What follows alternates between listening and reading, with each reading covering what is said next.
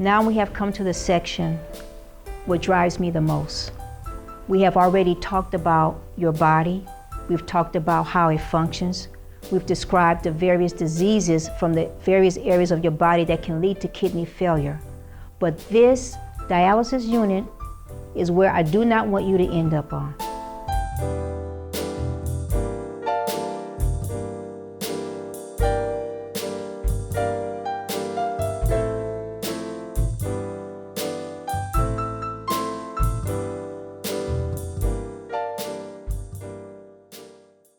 This is what drives my passion. This is why I'm doing these slides, because I truly do not enjoy placing you on a dialysis machine. There are two types of dialysis. There's hemodialysis and there's peritoneal dialysis.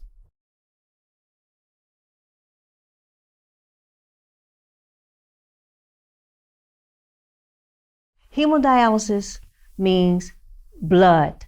I need an access in order to get your blood and pass it through an artificial kidney. I either can use a fistula, which is a surgical connection of your artery in your vein. A surgeon does this, and it creates an access called an AV fistula, or I can place a catheter in your neck or in your groin, and that's how we, with extensions, can connect to an artificial kidney, which is connected to a machine. And these needles are stuck into your fistula. They too are color coordinated. This is one that's an arterial one.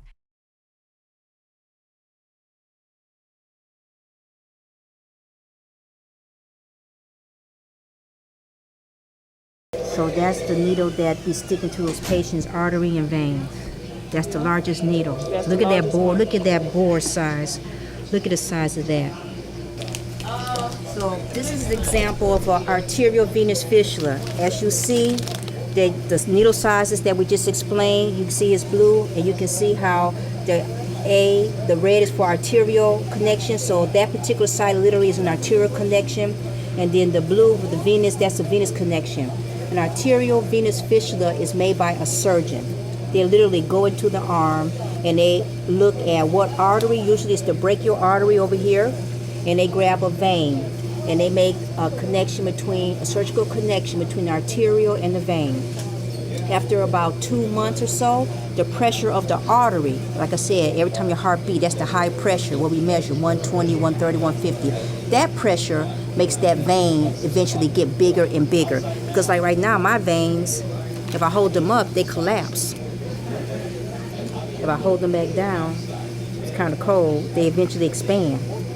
So if the surgeon makes an arterial connection to my vein, it gets even bigger to tolerate the size of these needles that we explained to earlier. So this is arterial venous fistula. And right now we're using 15 gauge needles. We're eventually going to work up to the larger needles. Why? Because the larger the needle, the more blood we can pull through this pump, more blood we can clean through this artificial kidney, and it's better for the patient. And with the extensions connected to here, red for red, again, your blood will be passed through this artificial kidney. 500 cc's, which is about the equivalent of a bottled water. So if you can imagine a bottled water filled with your blood passes through this filter every minute. 500 cc's times 60 times 4, because most hemodialysis are a 4-hour session.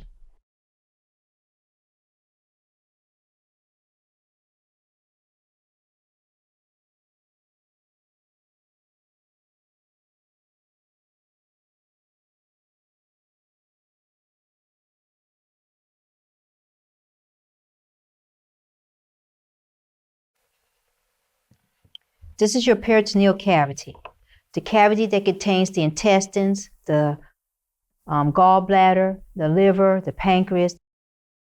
And what you do with peritoneal dialysis, we use this membrane in order to filter your blood. This is an example of a draining bag. What happens is that the surgeon places in this catheter based on your belt line, where you wear your skirt or your pants. You have a little hook that holds this solution, and then you take off. I'm going to pretend you my hook. Okay. And then you take off. He has the site really clean. You have a special area in your house where you clean. You have all your solutions like this.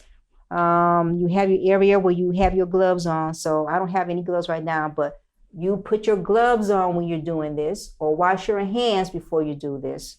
Wash your hands, then put your gloves on. Mm-hmm. And then you clean off this site. Clean this off.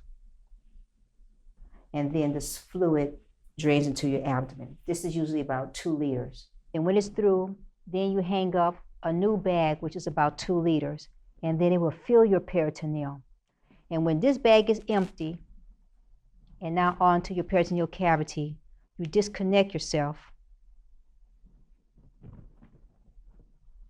And then you either put this back in your panties or your underwear, put your clothes back on, and go about your business. This is an example of CAPD, continuous ambulatory peritoneal dialysis. There's various mechanisms or various stages. For example, you can have this extension, instead of being hooked up to a bag, you could be on a machine at night, which is called a cycler. And this extension will go all the way into your toilet. And on the cycler, you will have about 3 5-liter bags on top of that cycler, warming it up. And you have an extension with 5 of these connected to your perineum. This will clean a lot more toxins, because look how long you're going, either all during the day or just all night while you're asleep. Waiting to get connected to a machine. Am I being punished for being so mean? I guess I was only mean to myself. I knew the food I was eating, smoking, my lifestyle, damaging my health. I'll tell the nurse to call me tomorrow. If a chair opens up early, I can then come first. But if a chair becomes available, is it because a patient got transplanted? No, he or she is in the hospital, or worse. I know I don't want to be here. Excuse me, can I get another chair? My remote's not working. TV shows, he's not the father, or people fighting each other. All this negativity on the tube. How can I love my brother? Oh, let me change the channel. The food channel. Yeah.